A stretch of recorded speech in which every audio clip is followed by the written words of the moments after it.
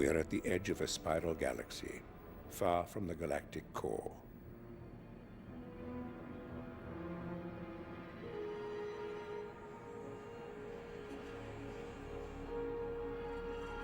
This small planet is our Earth, its pole crowned with a circle of northern lights, the whole planet glowing in the infrared warmth of a star we rarely think about, a star we call Sun.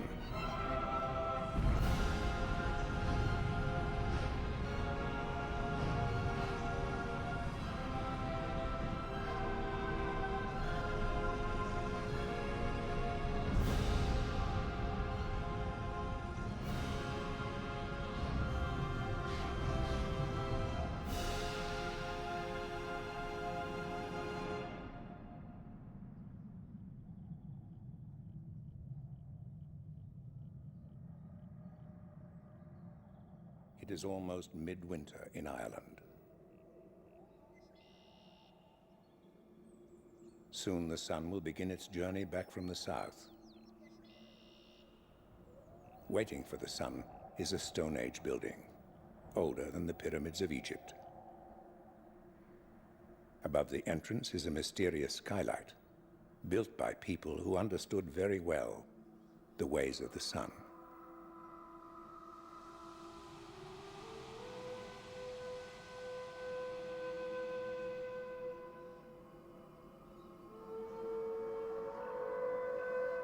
Sunrise on the shortest day of the year, the winter solstice. On that day, the first rays of the sunrise spear through the skylight and down a perfectly aligned passageway to penetrate to the room at the core of the structure, to mark almost magically, but with great precision, the beginning of a new year.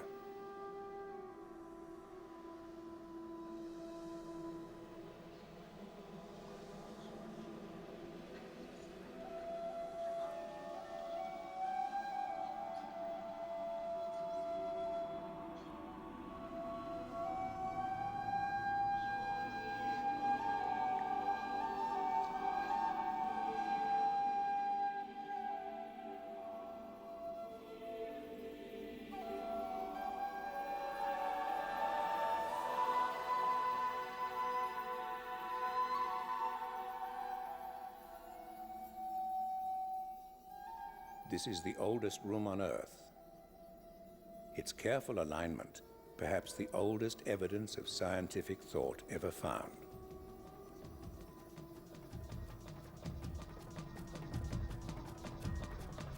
Our sun is a star, one of billions. It has shone for 5 billion years and will shine for 5 billion more. For us, it is the great engine of life.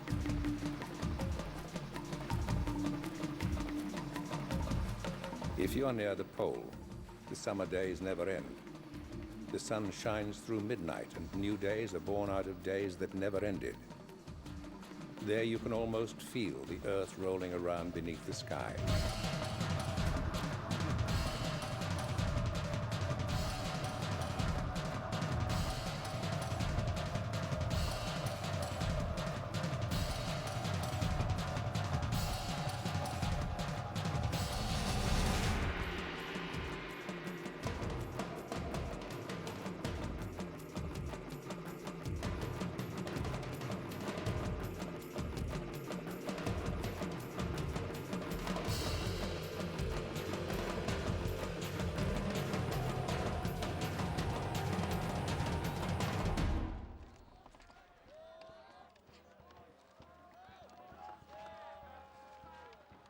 Most ancient civilizations recognized the sun as the source of all life and called it God.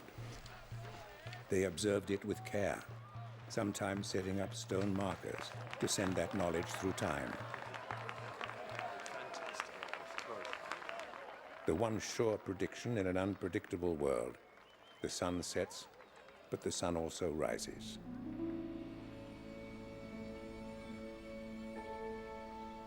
Any break in that pattern once caused terror and foreboding.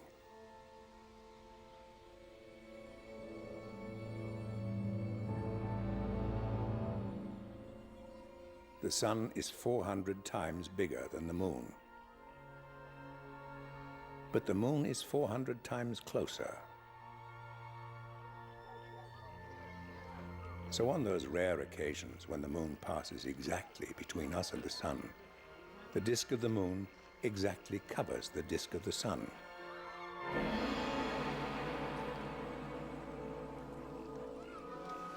Masked by the Moon, the Sun reveals its mysterious corona. The eerie streamers of light heightened the mystery and increased the power of those who could predict these awesome events.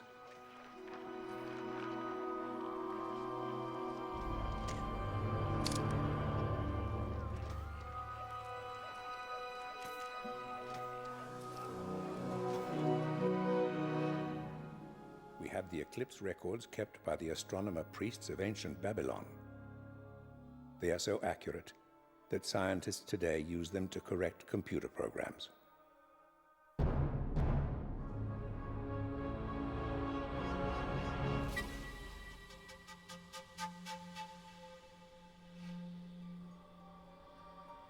The Sun Gate at Tiwanaku in Bolivia. A fragment of a sun cult dating back more than 1,000 years.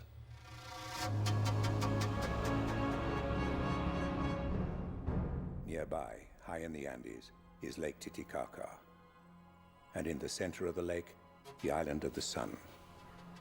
On this island, this rocky hill was once plated in Inca gold. Here, the sun god anointed the first Inca and sent him north through the Andes to create an empire that grew to be as big as Europe, with many dazzling cities, among them the lost city of Machu Picchu.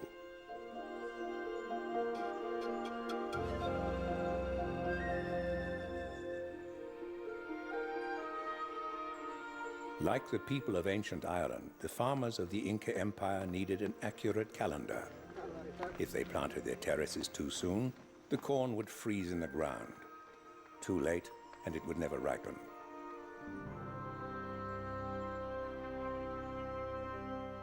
There is one building at Machu Picchu that is like no other. The Torreon. Its curved wall is pierced by an opening that is so aligned that it will project the first rays of the midwinter sunrise precisely to the edge of a carved rock, and so mark the first day of the Inca year.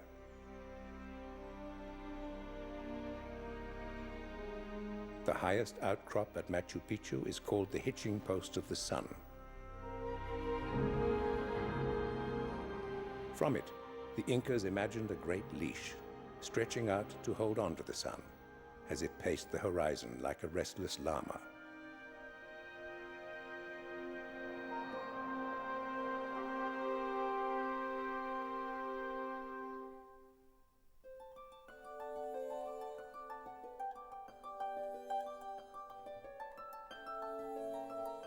The ancient Greeks imagined the sun as a god who drove his chariot across the sky.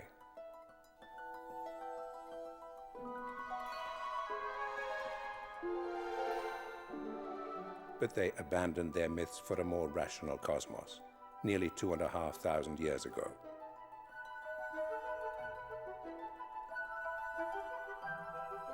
Aristotle taught that the world was round, and theorized that the sun and planets must be carried through space embedded in crystal spheres that were nested around the Earth like Russian dolls.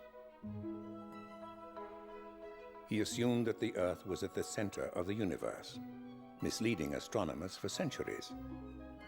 By then, the all-powerful Church had placed God in Aristotle's seventh heaven.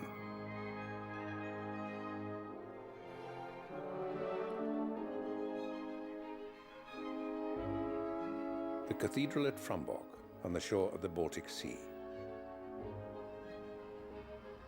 At about the time Columbus sailed for America, a young astronomer struggled here with the contradictions of Aristotle as he observed the tracks of the planets across the sky. To Nicholas Copernicus, it made no sense, until he made one of the great intellectual leaps of all time.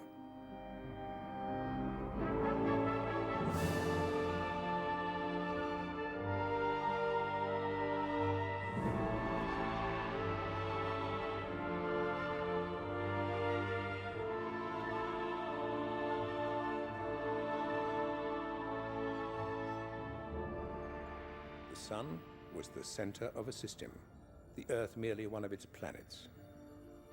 It was a cosmos awesome enough for one of humanity's great minds, Galileo Galilei. Galileo was the first person to point a telescope at the stars. He saw that Copernicus was right. Galileo found that the sun was not the flawless orb required by dogma.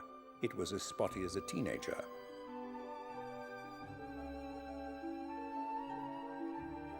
The sun was at the center.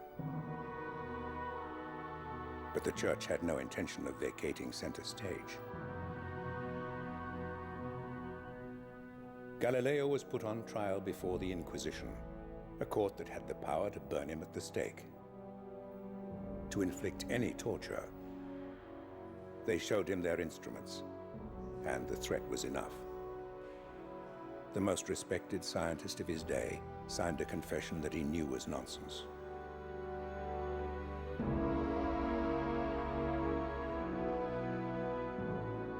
Dogma had triumphed.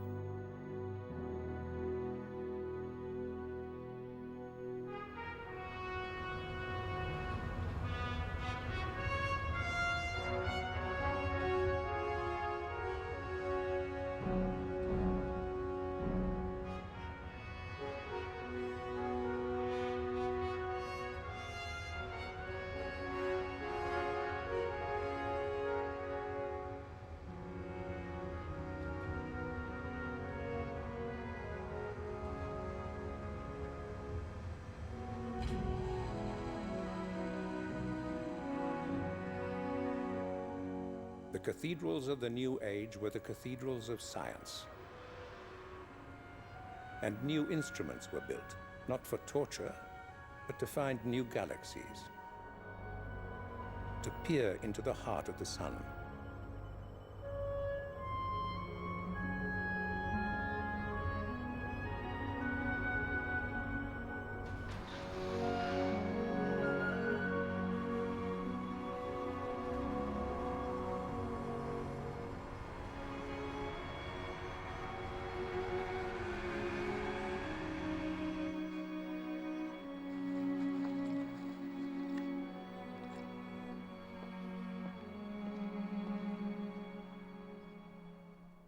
At first, researchers could see only the bland white face that is revealed by visible light, and sometimes the procession of mysterious dark spots that some took to be clouds. The Earth's atmosphere clouded and distorted the image. But in time, the great solar telescopes like Big Bear in California blew away the notion of a placid, unchanging sun.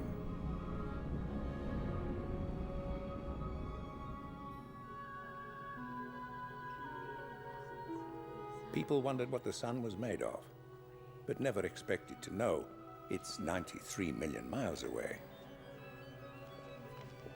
The answer was discovered in the colors of the sunlight itself. As each element burns, it consumes its own distinctive color, writes its own signature in a dark line across the spectrum. Our sun is mostly made of hydrogen and helium, some carbon and iron and other elements. Much the same elements we're made of. But that's not surprising, since we are born of the same stars.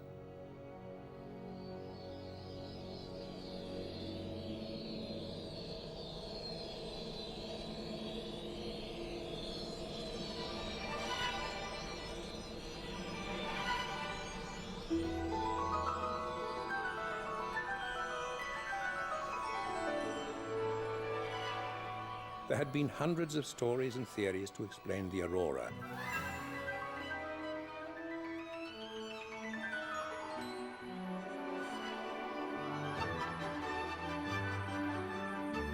But no one suspected a connection with the sun.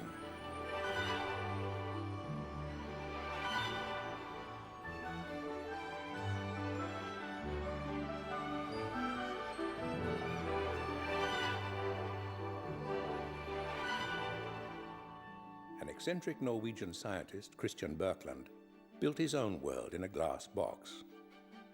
Electrified his model Earth with its own magnetic field, and showed how electrons from the sun could ignite earthly auroras.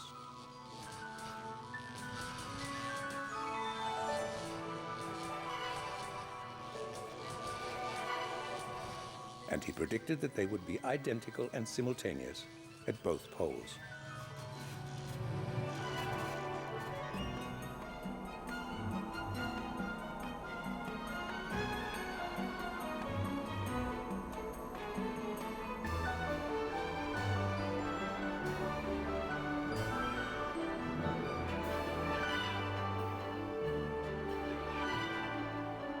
Birkeland was right, but proof of his theories and so much else had to wait until we could step into space.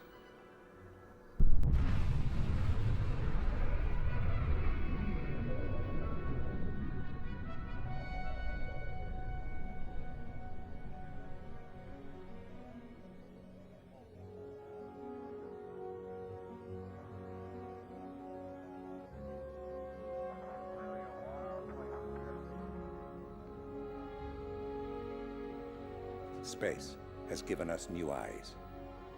Everything we glimpsed before can be seen anew. A stormy night as we fly towards the coast of Australia.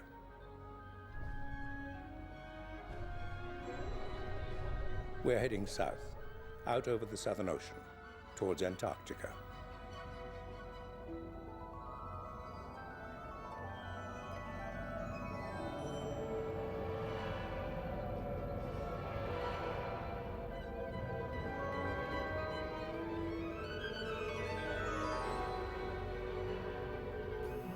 This is Soho, built in England and France for the European Space Agency, with instruments from Europe and the USA.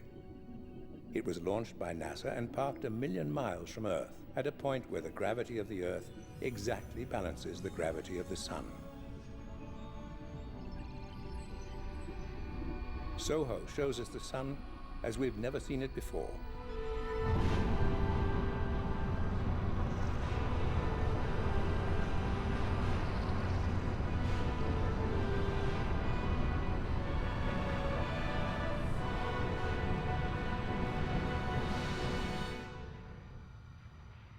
Wider lens.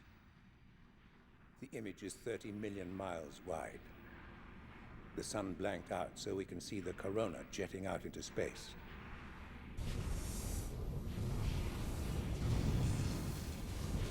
Here the two images are combined.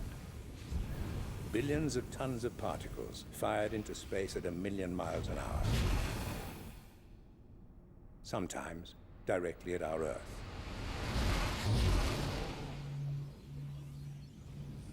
We are saved by our magnetosphere, an invisible magnetic shield that protects us from the lethal particles that are spewed out by our sun and other stars.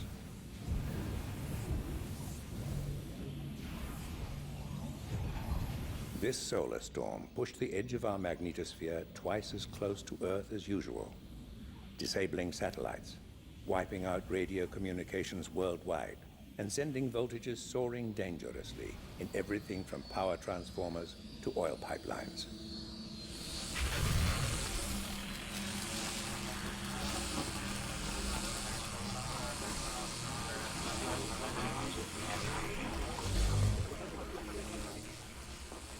Repairs after the last solar maximum cost more than $1 billion.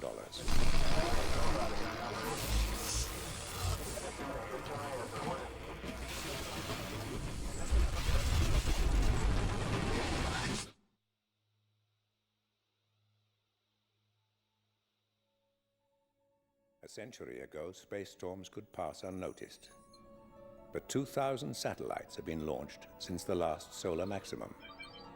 Every aspect of our civilization depends on their uninterrupted functioning.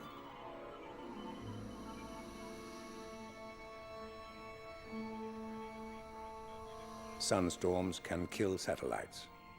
They can also kill astronauts.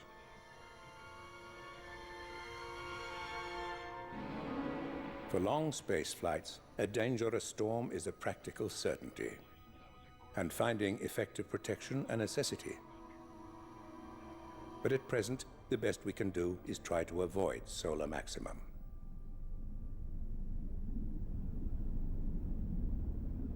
The Sun has north and south magnetic poles, just like the Earth. But every 11 years, those poles reverse with unimaginable violence.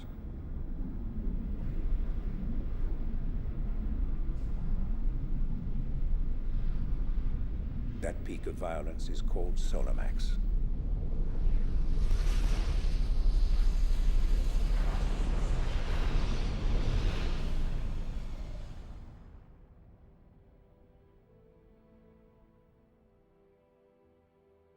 The 11-year cycles can change, even vanish completely. About 1,000 years ago, the Sun was unusually active. It was about the time the Vikings settled a grassy new land they called Greenland. Thousands moved there. But then the Sun grew quiet, and the solar cycles almost stopped for 100 years. The average fall in temperature was just 2 degrees, but it was deadly enough. The bays froze over. The people starved.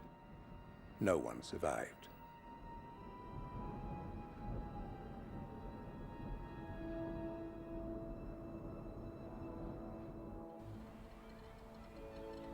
Recently, scientists have found that suns like ours normally produce a super flare about once every century. A super flare would destroy half of our ozone layer and the entire satellite fleet. We're fortunate that our sun seems to be much more stable than most other suns.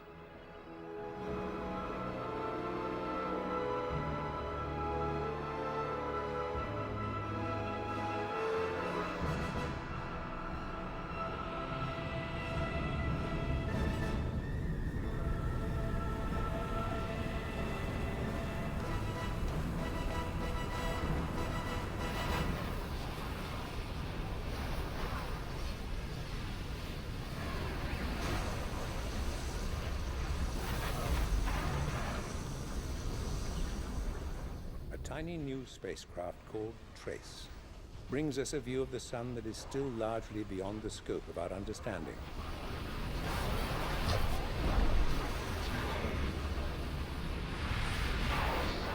Magnetic field lines burst through the surface to unleash in seconds as much energy as the world uses in 1,000,000 years.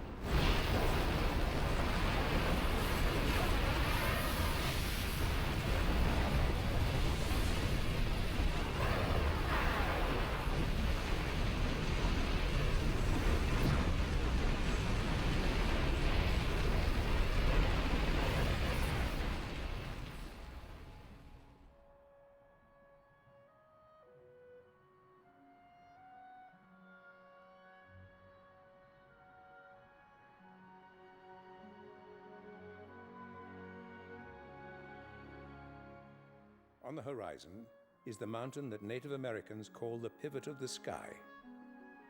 This is Kitt Peak in Arizona, site of the National Solar Observatory.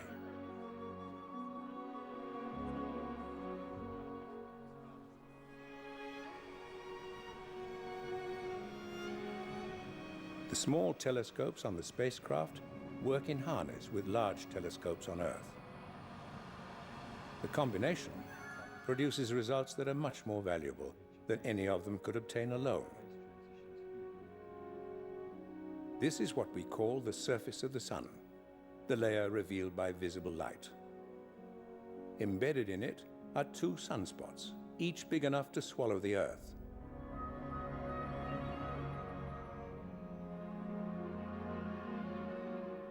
With filters and computers, we can peel away the layers as we'd turn the pages of a book, searching for a better understanding of the forces that shape our universe, and more urgently, that shape the climate of our world.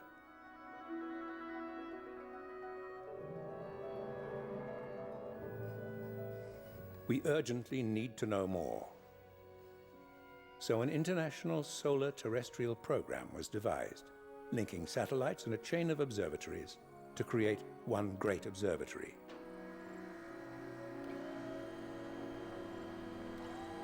A surprising discovery was the singing of the sun. As the sun hums to itself, a million pure tones change as they resonate through the plasma, revealing to us tides and currents far below.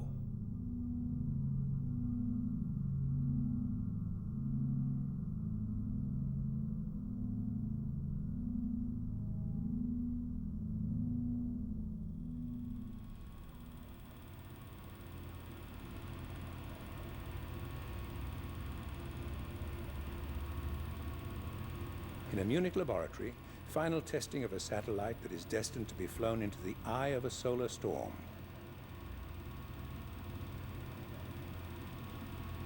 It is one of 4 identical spacecraft designed to fly together in formation to capture a unique 3D picture of the space environment.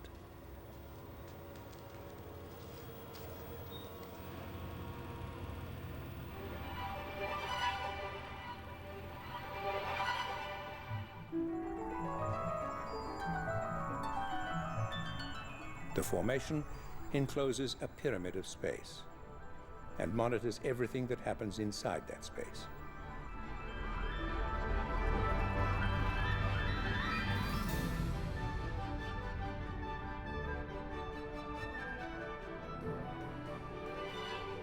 The tiny fleet will give us an unprecedented view of the interaction of the solar wind with our magnetosphere, from the bow wave to the distant tail.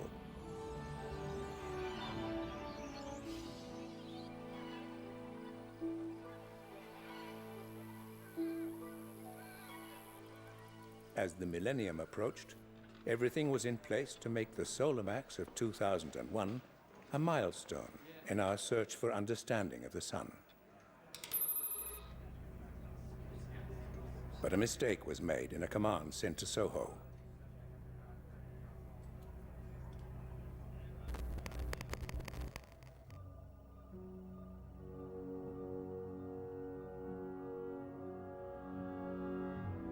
In a split second, Soho went from being the flagship of a space fleet to a useless piece of frozen junk.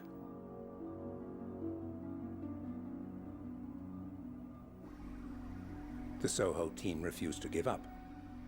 From all over Europe and the USA, they rushed to the control center at NASA to brainstorm ideas, working to save their ship. Months passed. Dozens of schemes were tried.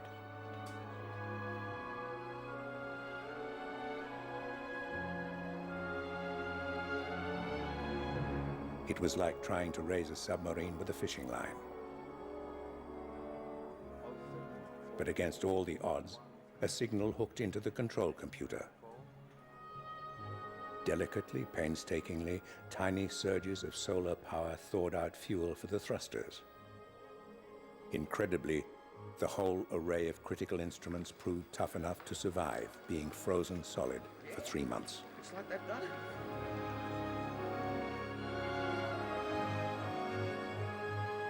Soho came back from the dead.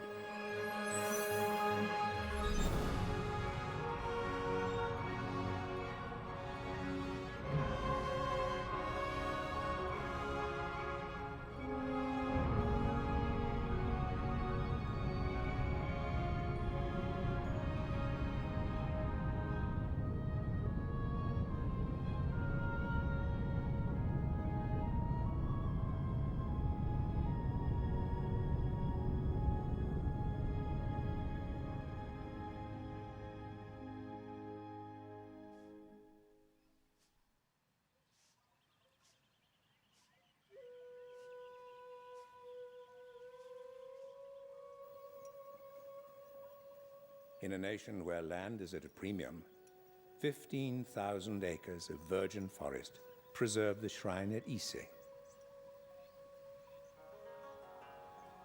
It is Japan's most sacred shrine, the shrine of the sun goddess. And every year, the emperor pays his respects. No one but the emperor and the closest members of his family can enter the inner shrine. It was the sun goddess herself who appointed the first emperor of Japan. So even today, one of the world's most advanced nations still has a sun king.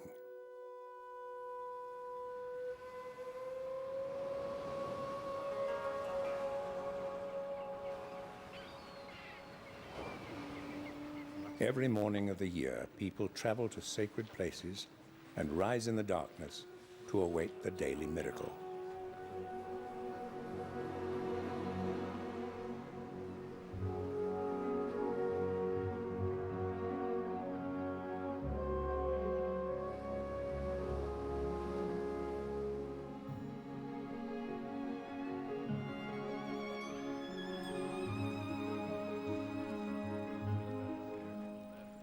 Every sunrise brings hope.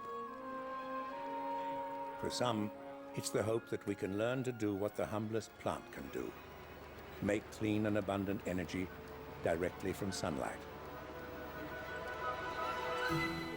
This aircraft is on its way to an altitude of more than 80,000 feet, twice as high as a jumbo jet. It is powered only by sunlight. It set a new world record and poses a new challenge. The challenge of finding cheap and practical ways of using the sun and the sun-driven winds to bring clean and inexhaustible power to the machines of Earth. Machines that would fit as naturally as trees and flowers into the web of life.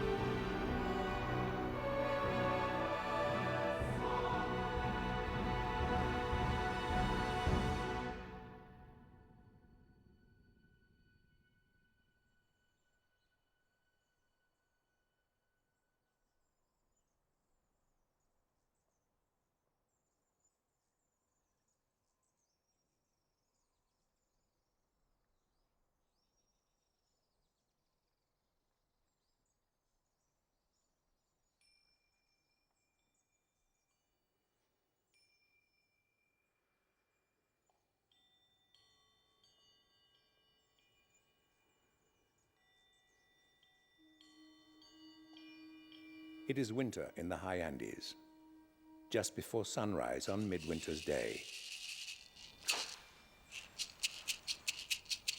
The first day of the Inca calendar, and by some counts, the first day of a new millennium.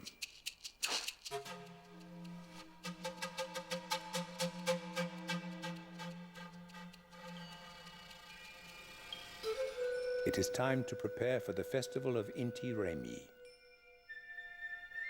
Time to celebrate the sun.